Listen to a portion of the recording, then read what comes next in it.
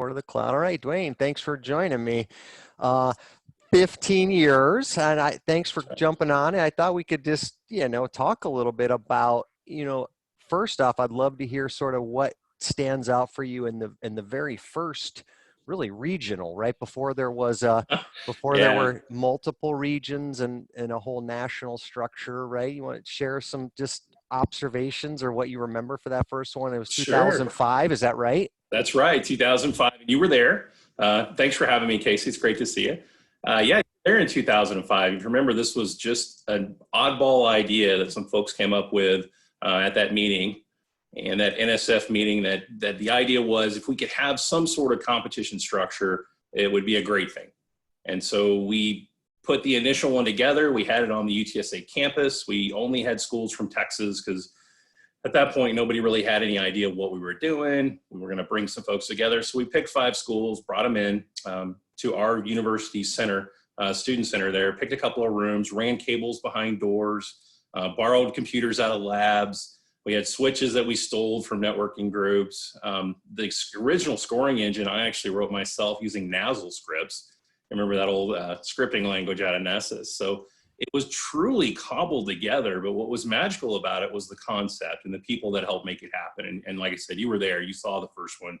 You gave us a lot of great feedback. You've helped build this program out. So I think the greatest thing for me out of this whole program is what it has shown us, what people can do when they work together, the brilliance of ideas and the ability of amazing people to reach out and make things happen no matter what. I mean, look at our current situation. I mean, we thought we were in a challenging situation back then when we were just getting started. And then now you look at it and there's people that are getting it done every day and making it possible for students to still compete in a safe way. It's fantastic. It is. So talk a little bit about your role. Who you're with the University of Texas, San Antonio, and what were you doing in 2005 and how did you get pulled in and what's your role now in the overall sort of organizational structure?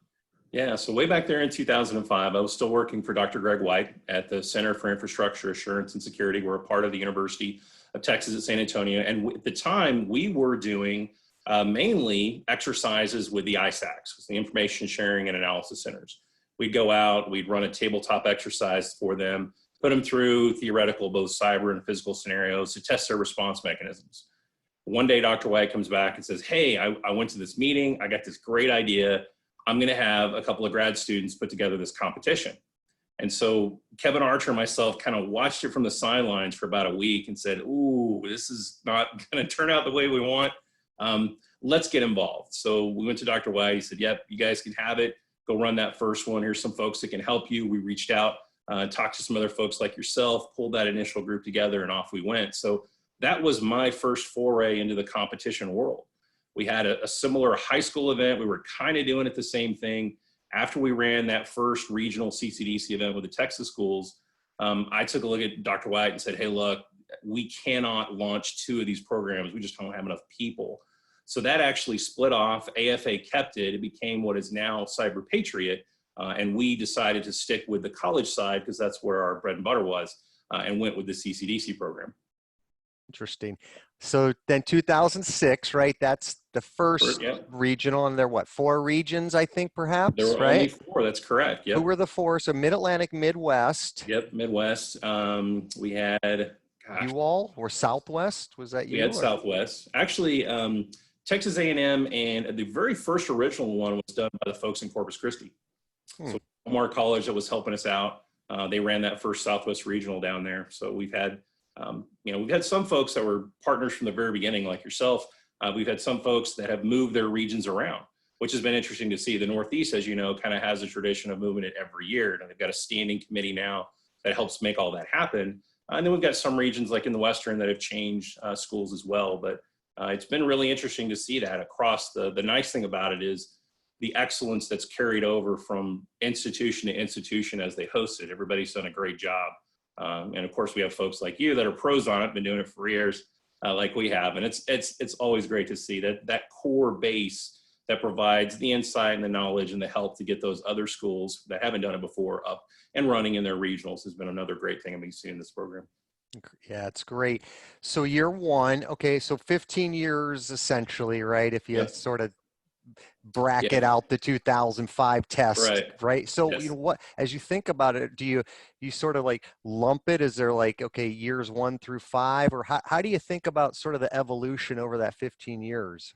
It's almost evolved every year, which has been crazy to see. We've seen little bits and pieces of it, but as we occasionally go back and look at the historical stuff, what shocks me is just the technical immaturity of the program in those first few years. And I mean, you saw some of the original events, you know what I'm talking about. We had incredibly simple networks. You might have like 6 or 7 machines, and you might have a switch and a firewall.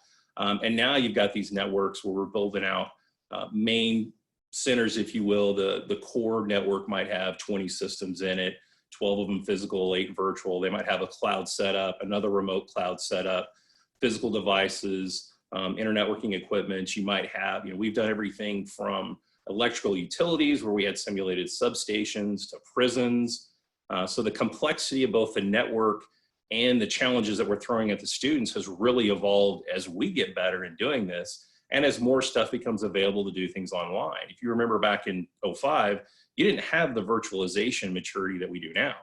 So the things that we can do now with virtual machines would have been unthinkable, 15 years ago. So that, I think, has really contributed a lot, even to our ability to do these events in this season where you've had to virtualize everything. You can't bring people together. So that, I think, probably helped more than anything evolve it. Was not only that, but also the capabilities of the people involved in it. So as people kept working on it, they kept thinking, hey, next year I'm going to do this, I'm going to add that. And the students come back and they say, look, I've got an idea. Would you be willing to consider this? Throw this capability or throw this challenge at the students. And that's one of the great things we've seen is everybody that's been involved with the program, from the competitors through the coaches, the regional directors, the red teamers, the sponsors, the industry folks, the government folks, everybody has been very generous in both time and their intellectual property and their ideas, and saying, hey, I think this would be interesting. Let's try this. And so that has helped to mature the program a lot too. Yeah, it is amazing to look back. I've been tweeting out just highlights over the 15 years from our region, and you talk about how simple the infrastructure were and the number of assets. What are some of the things that sort of evolved, right? So I can think of a couple just to sort of prime the pump. So, we some regions started to move towards a qualifier, right? So there was a qualifying round, perhaps virtual or face-to-face, where some number of teams, usually 8, would then go on to a regional final. I can think of the whole sort of job fair component. What are some of the other things that sort of evolved over the years? These, if you think of the competition as like a Christmas tree, we started hanging all these ornaments on it, right? Absolutely. So certainly the qualifiers was a huge thing. I think that was kind of our vision all along, is as you grow the program, you've got to have a bracket system to feed up into the events, because you realistically can't run 40 people through the Mid-Atlantic Regional all at the same time. You got to do those qualifiers. So that's been huge, I think, in evolving it. You mentioned the career fair. That was another big component, connecting those students to the employers that want them, and internships and jobs. So that was another huge thing we added. The control of the red team and the finesse that the red team has put on it, I think, has been another evolution. In the first couple of years, their goal was just break in and cause mayhem. And they very quickly evolved to that advanced persistent threat, where their goal usually on day one is to not be found. They want to get in your system. They want to act like an advanced threat. And a very intelligent, even a nation state actor, where their goal is to not get discovered. And then on day 2, they unleash the havoc and have a good time. So that's been really interesting to see. We at the Nationals added a Panoply event on the last day in the morning, just kind of a blow off steam kind of event. We've added the wild card this year, which is another evolutionary thing, gives all the second place teams another chance to come into it. And the additional of a lot of vendor technologies. So in the early days, we had very few. It was very difficult to get somebody to come out and give you a piece of gear. We had a few exceptions, like Tipping Point, remember them? Their X505 appliance, the Nationals that we had, I believe in 2007, was the first field test of that device. And so we've had other partners that have evolved their capabilities. If you look at what Palo Alto does now, the training that they provide, the access for the universities through their Palo Alto Academy, those kind of things have really helped evolve not only the skill sets of the students, but the capability of the program as well, because you can throw new challenges at the students and expect that they've all had access to that material. It's not just the schools whose university bought a couple of them and stuck them in a lab. the vendors recognize, hey, if I want these students to understand how my equipment really works, I got to get them training. I got to get them access, just like I would in any other environment. So those kind of things have really helped it evolve. Interesting. How about the teams? When you think about the teams over the years, there's, Baker College was a Absolutely. couple of years. They were Absolutely. like Little Baker College outside of Detroit were Yeah. back-to-back champions. University of Central Florida, I think they're the only school that's three-peated. Is that correct? Correct. Up to this point. Yeah, up to this point. University of Washington won a couple Yep. years back to back. We have University of Virginia out of our region. Yep. So, Has run 2 years. what have you seen in terms of sort of how teams organize and, what makes some of these schools like UCF, a hotbed, for example? Sure, absolutely. So there are a lot of schools out there now that have phenomenal training programs. And it's really interesting from our perspective to look at how those programs evolved. Were they faculty led? Were they student led? Were they mentor led? And we've seen a mix of all of them, which is the crazy part about it, is it almost, you do have to have institutional and university support. You need to have a space for the team. They got to have a place to put up equipment. But beyond that, a dedicated and willing faculty member or even a staff member at the university that's willing to help them out has been a key thing, if for no other reason to open the door and make sure they can be on campus. But some of those universities that we've seen, the students, the evolution of the student population has been phenomenal. I didn't even dream 15 years ago that we'd have the kind of students that we have coming through the program now. The intelligence they have, the capabilities, the resourcefulness is mind-boggling. I think you could take probably one of the lowest placing teams from this entire season and throw them back and they'd be contenders in those early days because the schools and the programs and the students have advanced so much. Every year we run debriefs with the red team and the teams, and we talk about tactics and techniques. And sometimes the red team will say, hey, I know this team was doing X. I'm like, man, that's creative as all get out. I can't imagine they even thought of that, but it's these really unique techniques that some of the students come up with. And some of them they're taking in their writing capabilities and tools and scripts, and they're taking that out onto their jobs and in the rest of the industry. So that's been nice to see. There have been technologies that have grown out of this program and have improved the security landscape, which is fantastic. What would be some examples of those technologies? I can think of one, Cobalt Strike, right? Absolutely. So Armitage and Cobalt Strike absolutely came out of that. There have been tweaks to existing products that the vendors have asked me not to talk about. That they've made adjustments. We had a whole series of products that were brought through with our partner S&T out of DHS that they ran field tests of different equipment through there, and they've taken a lot of the lessons they learned here and moved it into the product, and those are now out in the field and serving both government and industry customers. So some of the ones we are not at liberty to say, but some of them absolutely, like Cobalt Strike. Brilliant guy. Mudge is a fantastic guy, donates a lot of time. One of those unique individuals that really cares about teaching other people. And is incredibly generous with both his time and his expertise. So we see those kind of things coming out of this program, which to me is thrilling. It is thrilling. Yeah, amazing. Yeah, and his company just got bought, I think like a week and a half ago or something. Yeah. So amazing. Yeah. Absolutely. So, good for him. Yeah. I mean, one of the things I've always really liked about the way you all organize sort of the overall structure was you gave the regions a lot of autonomy, right? Right. In my opinion, a lot of autonomy, and that can be really challenging to sort of give that leash. I mean, there are some things that all the regions agree to, right? What, like Absolutely. the rule says. So how have Yep. you balanced that sort of? We had to have some control, and there needs to be some agreement on things like rules, for example, Absolutely. or scoring or whatnot. But can you talk Right. a little bit about that challenge? Sure, absolutely. So one of the unique things about this program is the regions do have some autonomy. Absolutely. Now we all agree from the nationals down through the qualifiers to have a common rule set. Things like player eligibility, what tools and resources they're allowed to use, how they're allowed to conduct themselves, roughly how the scoring goes, those sorts of things. So we have a common bond. I know some students feel like, oh, my region was totally different, but it's not when you peel back the layers. The scenario might be a little different. The pieces of networking gear that are there, how the network is laid out might be different, but everybody goes through the same challenge, if you will. The same skill sets are exercised, the same approaches will work in different areas, the same skill sets are tested, so on and so forth. So one of the challenging things about managing the different regions is, and it's not necessarily even a challenge, in some cases it's a blessing, is to find what works in one region and share it with everybody else. So it gives us the program the ability to experiment on small scale basis where you might try something in Mid-Atlantic this year that worked great. And all the regional directors have been very generous about sharing that with everyone else and saying, hey, here's what I did. This may work for our region, it may work for yours, it may work for everybody. And so the autonomy that's there and the flexibility that's there has actually helped to strengthen and grow the program because there's no suppression of great ideas. Interesting. Yeah, it is really is an incredible community. I've been interviewing folks, over the past couple days, and one thing I hear that I personally don't like and sort of take offense to, and it's a criticism of the CCDC, is people sort of use this derogatory term. They call it toys and games, right? And at the end of the day, it is Sure. in fact a competition, right? Yeah. But there is this, obviously this, and it's a hyper realistic environment, right?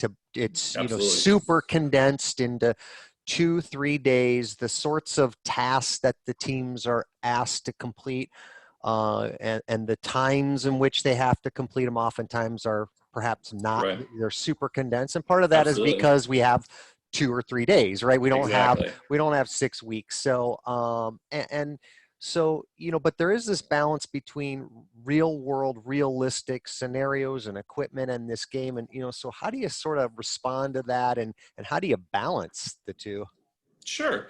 So, and I've heard some of those criticisms as well, but honestly, most of the time I hear those criticisms, it's from people that have a competing event, or they've never actually been to a CCDC event or talked to a student that's been in it.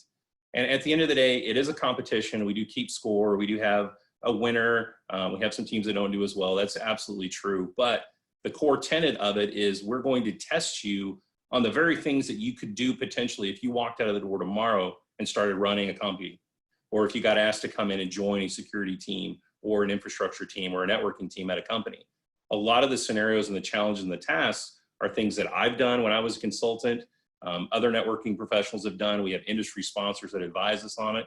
So we do absolutely base, sometimes on the worst case scenarios that you'll ever see, but that's on purpose. That's to test the students as fully as we can. So we do intentionally build networks that do work, but we put in a lot of the same, faux pas and lazy admin techniques that you will absolutely see out there in the real world. And I think that's what's one of the unique things about this competition is you could potentially pick these networks up, drop them in the middle of anywhereville and have a small business there, and it would mirror it pretty well. In some cases, shockingly so. Sadly so, right? Sadly so, yeah. Yeah. So you've been doing this a long time. What are some of the things you're most proud of in your 15-year legacy with this program? I think the biggest thing, and I'd probably echo this for all of us that are involved in it, is the impact it's had. And when I say impact, I mean the positive impact it's had in bringing students together with employers, employers together, government and industry. This is one of the few programs I've ever seen where you can get academia, government, and industry partners all together and everybody agrees. And they think it's a great thing, they'll support it, they move forward with it. But I can remember the first time a student came up to me at Black Hat, this is years and years ago, and they said, hey, I want to thank you for running CCDC. It was one of the most informational and coolest things I did in college.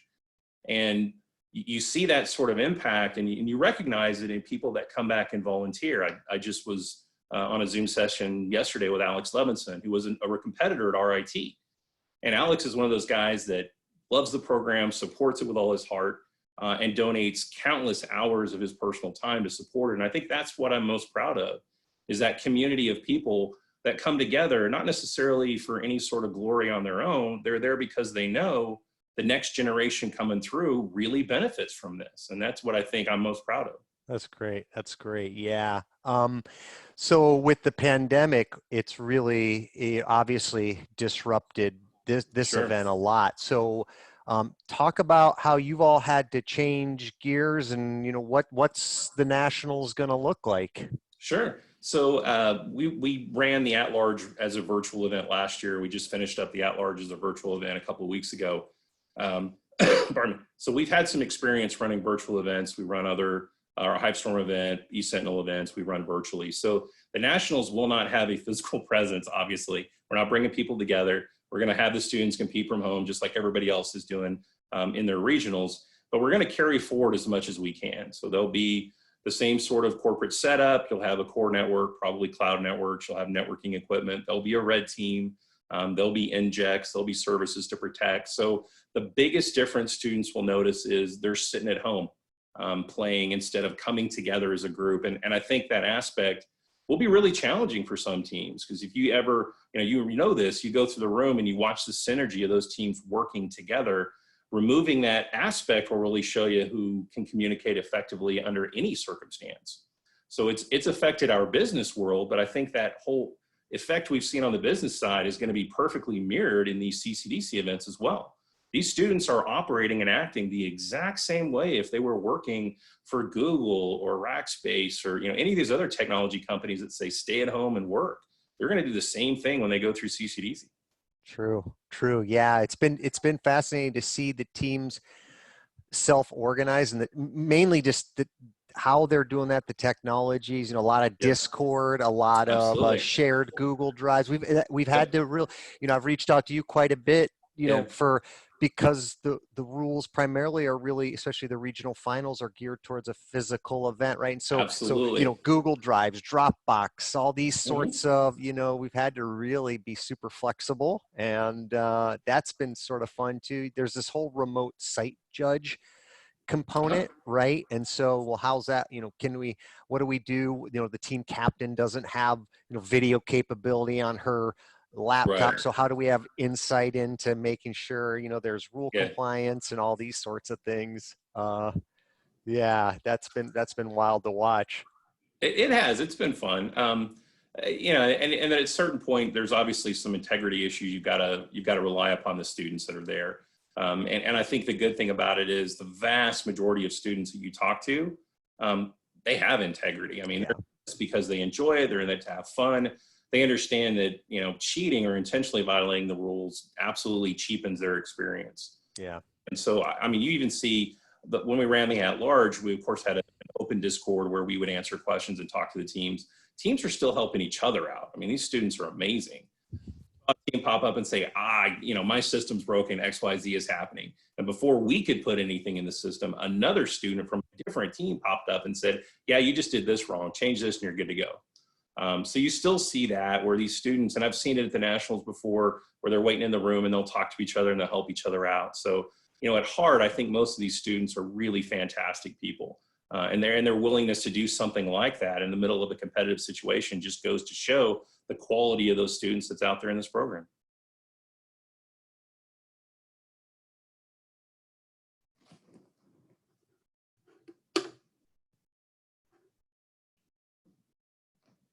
Sorry. I have a mute on my little switch here. Gotcha. So that happened last night. We're using Zoom, right, for the morning brief, end day brief, and one of the captains from one of the teams posted a link to their Google Drive, which was their team playbook, and a couple of the other people are like, wait, is this malware? Do I trust this? Why would you do this? And he's like, because maybe there's something in here that can benefit you. Talk about, so moving forward, right? What are some of the things you'd like to see from this event moving forward? I'd like to see a little more expansion. Obviously, there's still some universities out there that we can reach and can play to bring into that aspect of it. I'd like to see the competition continue to move forward technology-wise. We've always kind of talked about expanding overseas. That's still kind of a hurdle for us. Firsthand the amount of effort it takes to put on one of these, and finding a partner that you can trust and has the capability to do this sort of mechanism is really difficult. So that's going to be a challenge for us, I think, still for a while, but we're working on it. And a couple of people have held invitationals where they've had international partners. And maybe now that we have a lot more of the virtual experience and we're more comfortable with it, that may lead the path to us to open that up, and rather than having physical events in, say, Europe, bring them in as virtual partners, at least for the first few years until we can get some of their regional hosts spun up. Interesting. Is there anything you would want to say to just the larger community? You've got sort of an open platform right now. Sure. First and foremost, thanks for being involved. Obviously, this program doesn't exist without the students and faculty members that are behind it. But similarly, it wouldn't exist without the people like you that helped to put it on. So they continued interest and support from the academic community, the industry sponsors, the government sponsors, and interested mentors, red teamers, supporters, all of those people together. My biggest thing is thank you. Thank you for being involved and stick with it. The other thing I would say is kind of a challenge. If you've been in the industry for a while and you haven't been involved, even not with a CCDC program, there's other programs out there, but the next generation coming up absolutely needs your guidance, your expertise, and your mentorship. If you don't have an opportunity yet to do that or haven't taken advantage of it, do it. Go out and mentor a school group. Go talk to them. Tell them about your job. Tell them what it's like. Tell them what the opportunities are. We have students that come through this event all the time, and they'll walk away from it and say, you know what, I loved working the network side. That's my job when I grow up. This is what I want to do. You got people that come through and say, I really want to be a red teamer. You got people that come through and say, I was a biology major and I went to this and I'm going back to change I'm now a comp sci major. So you see that sort of thing. The mentorship aspect is critical. If we don't help teach that next generation and train them and just expose them to what opportunities are there, we're only hurting ourselves. I mean, but someday, you know, when that student that's going to be coming through in kindergarten now builds that robot butler for me, I want to make sure it's secure and safe. So it's in our best interest to take care of those younger generations. I know. Think about they were really kids, quite frankly, that competed in 2006. That was 15 Absolutely. years ago. They're now 30 and we're getting Yeah. old. I was watching somebody on one of the news stations. They had gotten fired and they were talking about the pandemic stuff. And he referred to the people that were working at his place of work as senior citizens age 55. And I thought, fell off the couch. I turned 50 this year and I was like, oh, geez, I guess that's true. I guess we're senior citizens. Yeah, So we're getting up there. And I think what's cool about being this age is we do have a lot of experience and we've been through a lot of those things to see. And the students that are coming through it are pushing us to get better, to challenge ourselves, to learn more, to challenge them more. So I'm actually really grateful to have that opportunity to be involved with these younger folks that move faster, think differently, and challenge me to keep growing and learning. well said. Well, thank you. You thank the community. I want to My thank pleasure. you for your leadership over the years. You've always been great to work with. Please Thank send you. my best to Kevin and Dr. White. And I appreciate you spending some time with us today. Thanks a lot, My Dwayne. pleasure. Thanks. Good to see you, Casey. You too. Take care. You too.